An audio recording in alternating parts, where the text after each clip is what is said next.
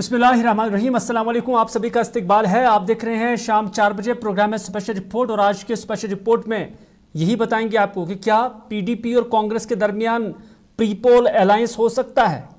एक बड़ी खबर है और वॉइस टीवी उर्दू पहली वो चैनल है जिसके ज़रिए आप इस खबर से मुतल्लिक जो मालूमात है वो हम आप तक पहुँचाने की कोशिश करेंगे। लेकिन इससे पहले कि हम इस खबर पे आ जाएं, कांग्रेस और पीडीपी के दरमियान क्या मुफाहमत हो सकता है, कांग्रेस और पीडीपी के दरमियान क्या प्री पोल अलायंस हो जाएगा, और जम्मू कश्मीर के अंदर असेंबली इंतखाबात के हवाले से अगरचे माहौल बन रहा है लेकिन उससे कबल ही पीडीपी और नेशनल कॉन्फ्रेंस, पीडीपी और कांग्रेस पार्टी आपस में मिलने लगी हैं। ये जरा के हवाले से खबर है, डिटेल आप तक पहुंचाएंगे। लेकिन उससे पहले करना के अंदर एक सड़क हादसा हुआ है और इस सड़क हादसे में कुछ जानी नुकसान भी हुआ है। जी हाँ, कुपवाड़ा के टंगडार और टिटवाल सड़क पर पेश आए अलमनाक सड़क हादसे में अनंतनाग के 3 अफराद अज़जान हो गए हैं। तस्वीरों के अंदर आप देख सकते हैं कि ये शदीद नबियत का एक्सीडेंट था। इतलात के मुताबिक ये हादसा सकपुल के करीब उस वक्त पेश आया जब एक कार ड्राइवर के काबू से बाहर होकर एक गहरी खाई में जा गिरी है। हादसे की खबर मिलते ही मकामी लोगों और पुलिस ने अगरचे तीनों को अस्पताल पहुंचाया, ताहम डॉक्टरों ने तीनों को मुर्दा करार दिया। मरने वालों में से 41 साल का मुश्ताक अहमद खान, 45 साल के फिरोज अहमद पाला और 55 साल के नज़ीर अहमद मागरे साकनानी सीर हमदान के बतौर हुई है। आपको बताते चले कि पहले राजौरी पुंछ के अंदर इस तरह के हादसे देखने को मिलते थे, लेकिन अब कश्मीर के अंदर भी इस तरह के हादसे देखने को मिल रहे हैं और पिछले 1-2 माह के अंदर इस तरह की कैजुअल्टीज़ यहाँ पर भी बढ़ने लगी है। बाज़ लोग सड़क की खराबी को इन मामलात के लिए जिम्मेदार करार देते हैं, लेकिन अक्सर लोग ट्रैफिक कवानीन की खिलाफ वर्जी को ही और नॉन सीरियसनेस वाइल ड्राइविंग जो है उससे करार देते हैं। तो इस तरह से यहाँ इस सड़क के वजूहात, इस सड़क हादसे की वजूहात क्या हैं वो अगरचे आखिरी इत्तला मिलने तक मालूम नहीं हो सके, लेकिन पुलिस ने इस मामले की निस्बत से, इस वाक़े की निस्बत से केस दर्ज कर लिया है और मज़ीद कार्रवाई जो है इस ज़िम्मन में जारी है।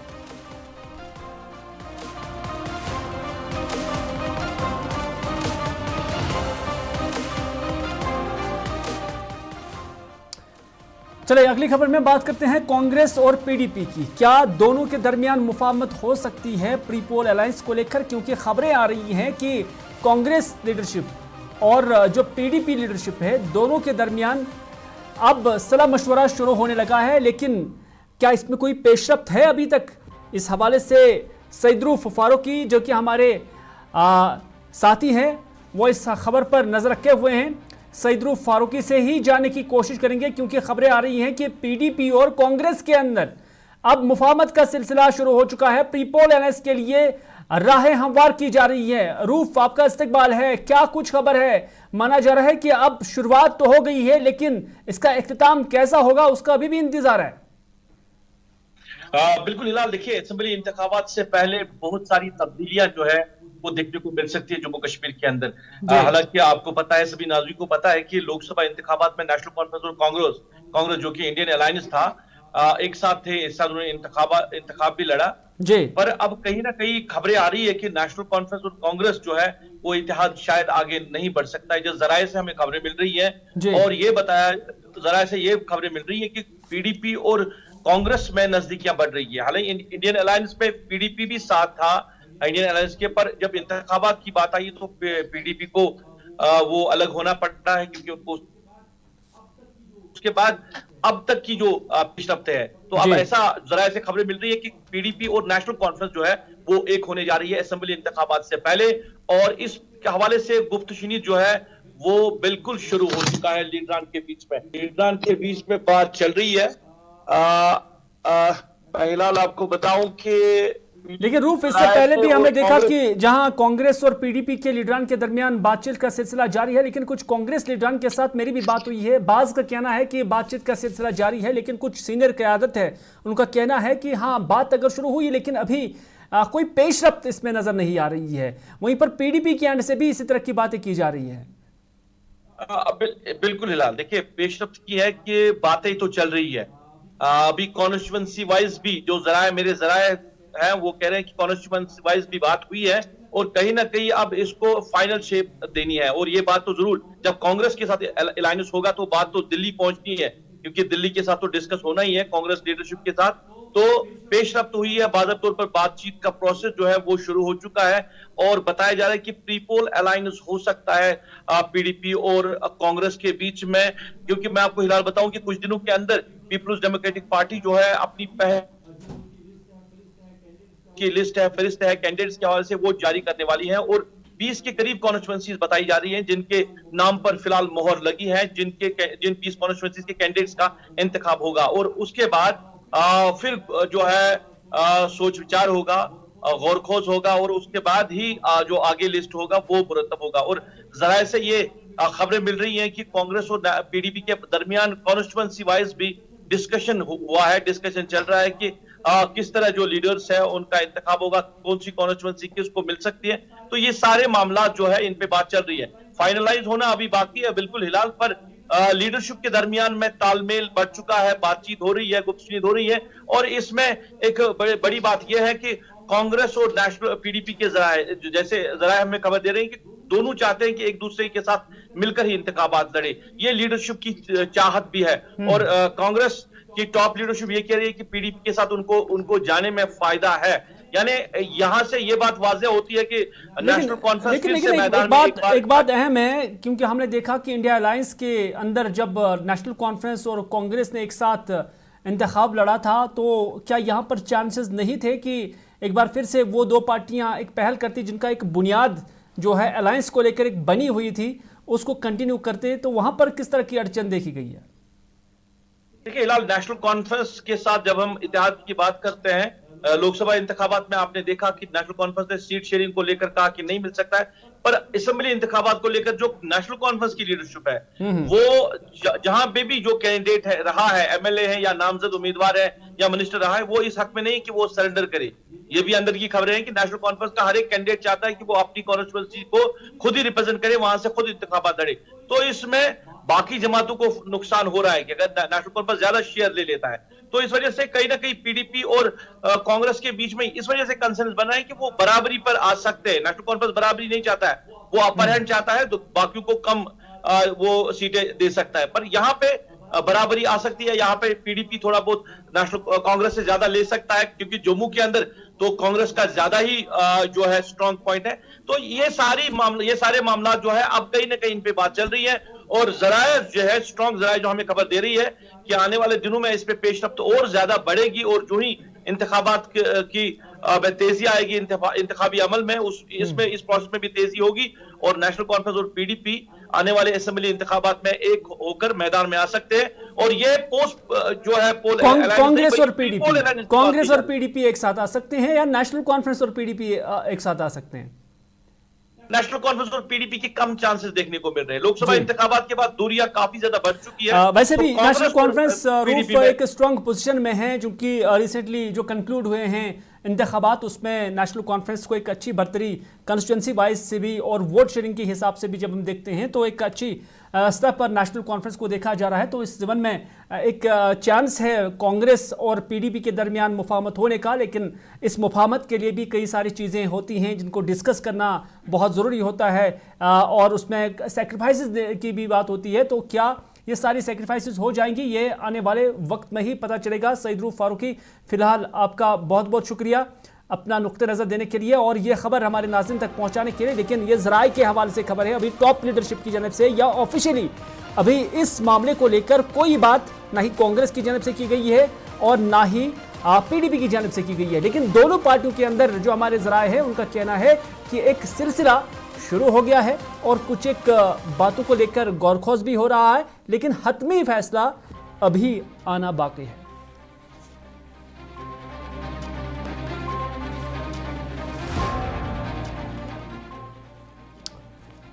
चलिए अगली खबर में बात करते हैं सियासत की ही, और ये सियासत आल पार्टी को लेकर है। आपको याद ही होगा कि मोहम्मद यूसुफ तारिगानी की जानिब से हाल ही में ये बयान दिया गया है कि जो आल पार्टी मीटिंग 7 अगस्त को बुलाई गई थी उसे मुलतवी किया गया था।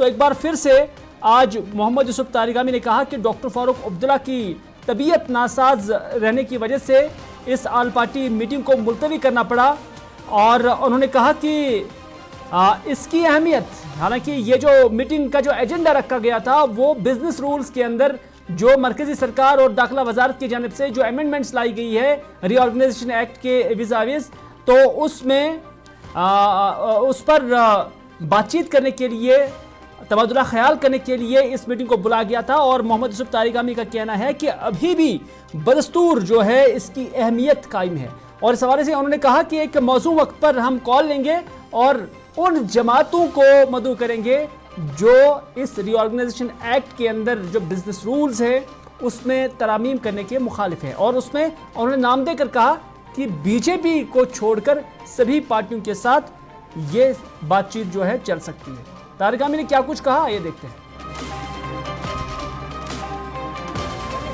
को देखते हुए हमने मशवरा किया था कि हम सारी पार्टियों को, अपोजिशन पार्टियों को बीजेपी के बगैर उनको दावत देंगे ताकि मुशावरत कर लेंगे और आइंदा लाहे अमल क्या होगा वो रास्ता भी, उस पर भी चर्चा होगी।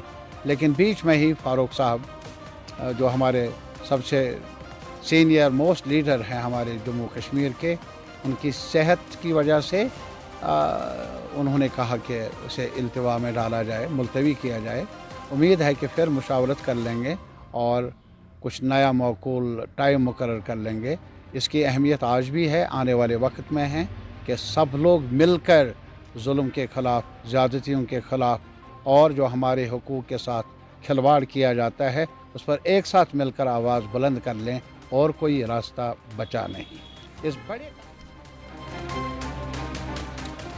मोहम्मद यूसुफ तारिगामी यहीं पर नहीं रुके, बल्कि तारिगामी ने कहा कि जम्मू कश्मीर को पहले ही बेख्तियार बनाया गया था। यानी जब 5 अगस्त साल 2019 की तारीख का जो डिसीजन था उससे जम्मू कश्मीर को पहले ही बेख्तियार बनाया गया था। अब जो कुछ बचा कुचा था उससे हालिया मिनिस्ट्री ऑफ होम अफेयर्स के ऑर्डर ने बिल्कुल ख़त्म कर दिया गया। उन्होंने कहा कि मिन्नत रखी गई कि जम्मू कश्मीर पुलिस के लिए इलाही बजट रखा गया है। उन्होंने कहा कि यह दरअसल जम्मू कश्मीर पुलिस को रियासत के बजाय सेंटर के मातहत करना था। उन्होंने कहा कि नीयत को देखना है। उन्होंने कहा कि हालांकि सेंटर की इस नीयत पर अब कश्मीर को छोड़ो जम्मू वाले भी नाराज लग रहे हैं। जम्मू कश्मीर की डिग्निटी पर आंच आई, जम्मू कश्मीर के लोगों को बेअख्तियार बनाया गया। कुछ जो कमी थी, अभी MHA ने एक ऑर्डर निकाला जिसमें वादा तो था चुनाव का, वादा था स्टेटहुड, पूरे स्टेटहुड को रेस्टोर करने का।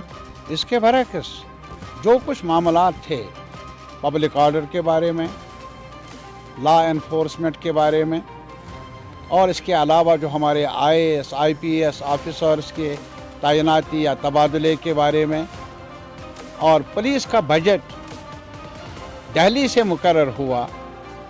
और ये नहीं कि जम्मू कश्मीर के बजट में इजाफा करते, माली मावनत कर लेते ताकि कश्मीर के पुलिस के जो तनख्वाहें वागुजार करते, यहाँ का इंतज़ामिया वक्त पर ऐसा नहीं किया, बल्कि ये पैसा बजट अलग करके एहसान जताया है।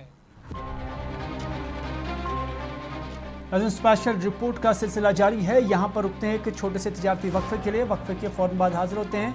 आप बने रहे वॉइस TV उर्दू के साथ। प्रोग्राम स्पेशल रिपोर्ट में है।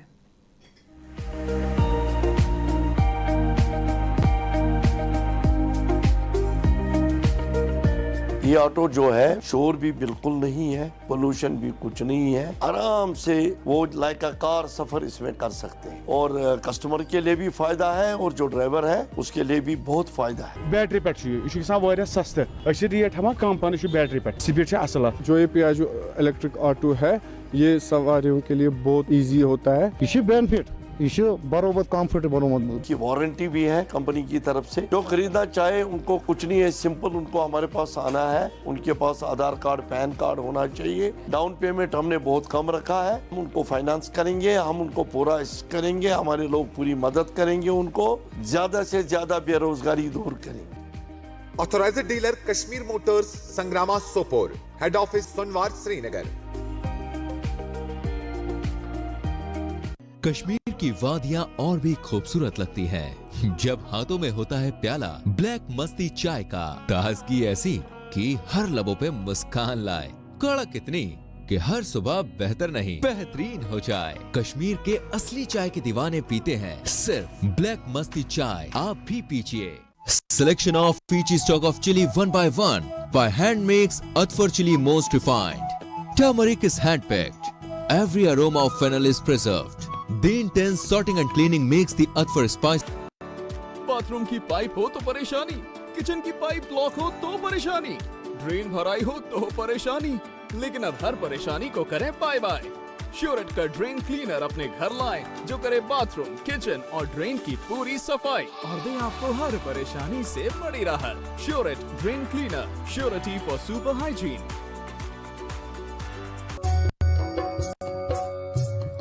मटन तो है सबकी फेवरेट, और यही मटन जब बनती है लज्जत के मीट मसाला के साथ तो मीट का स्वाद लगे जायकेदार हर बार और बढ़ाए लज्जत से आपका प्यार।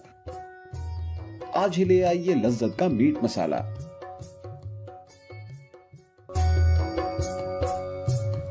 मटन तो है सब। स्मार्ट मीटर्स को लेकर तो हम बात जरूर करेंगे और उसमें अपने नुमाइंदे फैसल रियाज से भी जुड़ने की कोशिश करेंगे, लेकिन उससे पहले राजौरी के अंदर आज कांग्रेस की जानिब से एक एहतजाजी मुजाहरा किया गया। राजौरी के अंदर यह एहतजाजी मुजाहरा हुआ और राजौरी के अंदर होने वाले इस एहतजाजी मुजाहरे में कांग्रेस ने यह मुतालबा किया कि जम्मू कश्मीर को स्टेटहुड का दर्जा दिया जाए।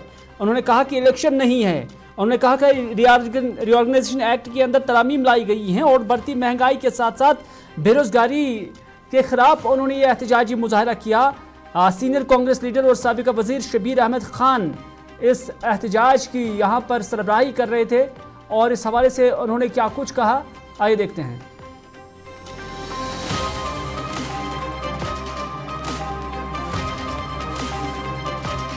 मजदूर है वो अपने उसके अगर 3 बच्चे हैं तो वो 3 बच्चों का पेपर कैसे, फॉर्म कैसे भरेगा ऑनलाइन। आजकल ऑनलाइन सिस्टम इतना बड़ा हो गया है कि उस पर कितनी दुश्वारियाँ जो आ रही हैं।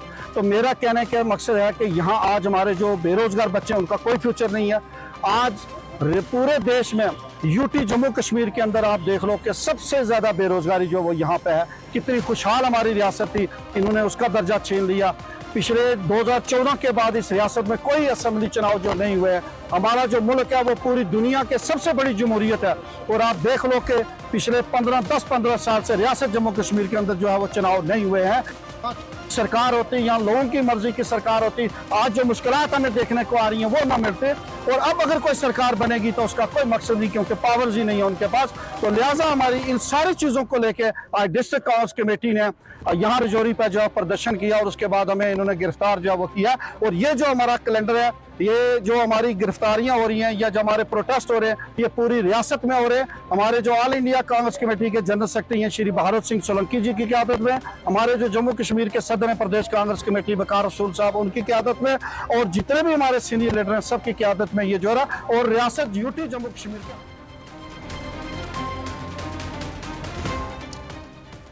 नाज़रीन, अगली खबर में बात करते हैं बिजली की, क्योंकि अब लगभग 27 माह के अंदर अंदर पूरे कश्मीर के अंदर स्मार्ट मीटर्स लगने और इस हवाले से बाज़ाब्ता जो Kashmir power development corporation limited है उनकी जानिब से अब फैसला और ये तय कर लिया गया है कि अब अगले 27 माह के अंदर अंदर पूरे गांव, शहर, गुजर बस्ती, पहाड़ जहां पर भी बिजली जाती है वहां पर उसे मीटराइज करना होगा, यानी मीटर्स लगाने होंगे और वो भी स्मार्ट मीटर्स। और उसके बाद अगला मरहला प्रीपेड मीटर्स का होगा।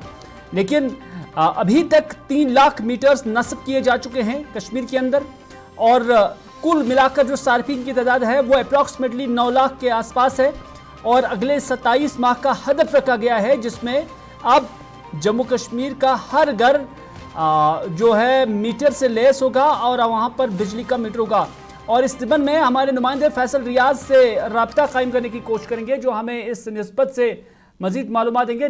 फैसल, आपसे जानना चाहेंगे कि अब सरकार की जानिब से, खासतौर पर जो पावर डेवलपमेंट कॉरपोरेशन है उनकी जानिब से ये फैसला लिया गया है कि जम्मू कश्मीर को, खासतौर पर वादी कश्मीर के अंदर अब पूरी जगह, सभी जगह पर मीटर्स नस्ब किए जाएंगे। क्या फिर रेट्स के अंदर भी कोई कमी पेशी आ जाएगी, क्योंकि मीटर्स के खिलाफ पूरा कश्मीर हमने देखा था?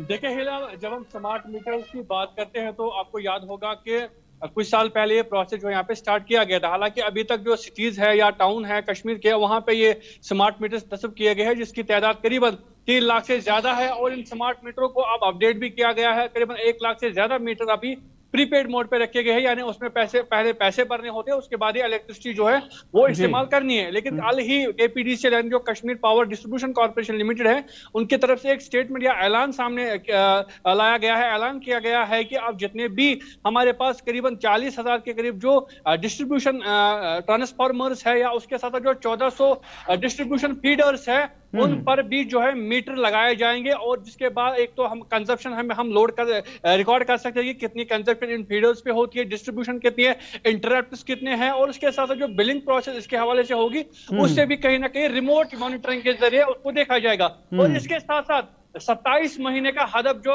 दिया गया है आरडीएस स्कीम के तहत, करीबन 6,75,000 के करीब जो अभी सार्फिन बचे हैं जिनको स्मार्ट मीटर नहीं लगाए गए हैं, जो अभी भी फ्लैट रेटेड एरियाज में रहते हैं, उनको जो है स्मार्ट मीटर नस्ब किए जाएंगे। और करीबन 27 महीने का टाइम दिया गया है। और जिस तरीके से मैंने कहा कि पीएमडीपी के तहत पहले ही 3.5 लाख के करीब मीटर नस्ब किए गए हैं, लेकिन अब जो 9 लाख सार्फिन जम्मू कश्मीर में है, उसमें से 3 लाख को लगाए गए हैं। लेकिन अभी भी 6 लाख से ज्यादा ऐसे कंज्यूमर है जो अभी भी फ्लैट रेट दे रहे हैं, उनको भी जो है मीटर नस्ब किया जाएगा। और जिस तरीके से आपने कहा कि गांव देहात हो, गुजर बस्ती हो या कोई भी इलाका हो जहां पर भी बिजली जाती है, उनको मीटर लगाए जाएंगे। अब दूसरा सवाल आपने किया कि क्या रेट्स में किसी तरह की कोई फर्क आएगी।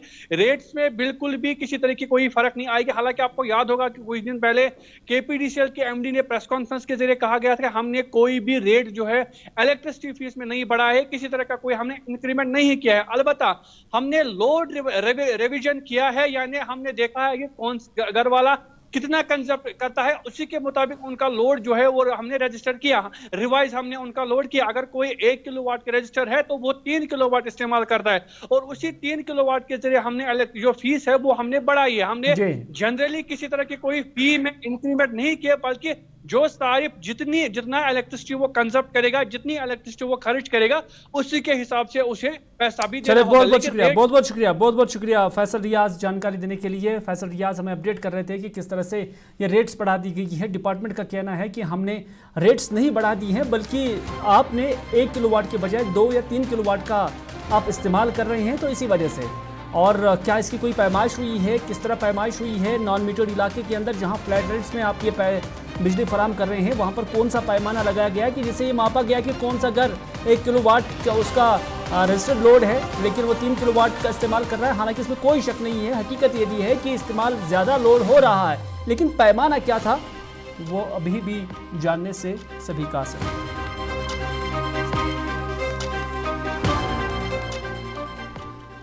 चलिए आखिर में बात करते हैं बारामूला की, क्योंकि बारामूला पुलिस ने मंशियात फरोशों के खिलाफ जंग जारी रखते हुए रवा साल में अब तक 375 मुकदमात दर्ज करके 651 मंशियात फरोशों को गिरफ्तार किया है। हालांकि पूरे कश्मीर के अंदर जब हम देखते हैं तो सबसे ज़्यादा जो कार्रवाई ड्रग्स या मंशियात फरोशों के खिलाफ हुई है वो सबसे ज़्यादा बारामूला डिस्ट्रिक्ट के अंदर हुई है। इसके साथ साथ गिरफ्तार किए गए अफराद से कई सारे 86 करोड़ रुपए, जी हाँ 86 करोड़ रुपए से ज़ायद मालियत की मंशियात भी जब्त की गई है। पुलिस की जानब से जारी बयान में मजीद कहा गया है कि 20 बदनाम ज़माना मंशियात फरोशों की मंशियात के कारोबार से हासिल शुदा 10 करोड़ रुपए मालियत की जायदादें मुंसलिक की गई हैं। यानी यहाँ पुलिस काफ़ी सख्त ड्रग पेडलर्स के खिलाफ देखी गई है। और जब से अमोद नागपुरी बारामूला के एसएसपी बने हैं, तब से इन ड्रग्स के खिलाफ जो कार्रवाई है उसमें काफ़ी शिद्दत लाई गई है। और यही नतीजा है कि यहाँ पर 651 अफराद को गिरफ्तार किया जा चुका है और 375 केसेस जो है वो दर्ज किए गए हैं। अवाम की जानिब से भी इस तरह की पुलिस की कार्रवाइयों की सराहना की गई है। और हालांकि ये सिर्फ पुलिस का काम नहीं है, इसमें जनरल लोगों का भी एक बड़ा रोल है, जिसमें वो अपना रोल अदा करके इस ड्रग मेनेस को किसी हद तक कम कर सकते हैं।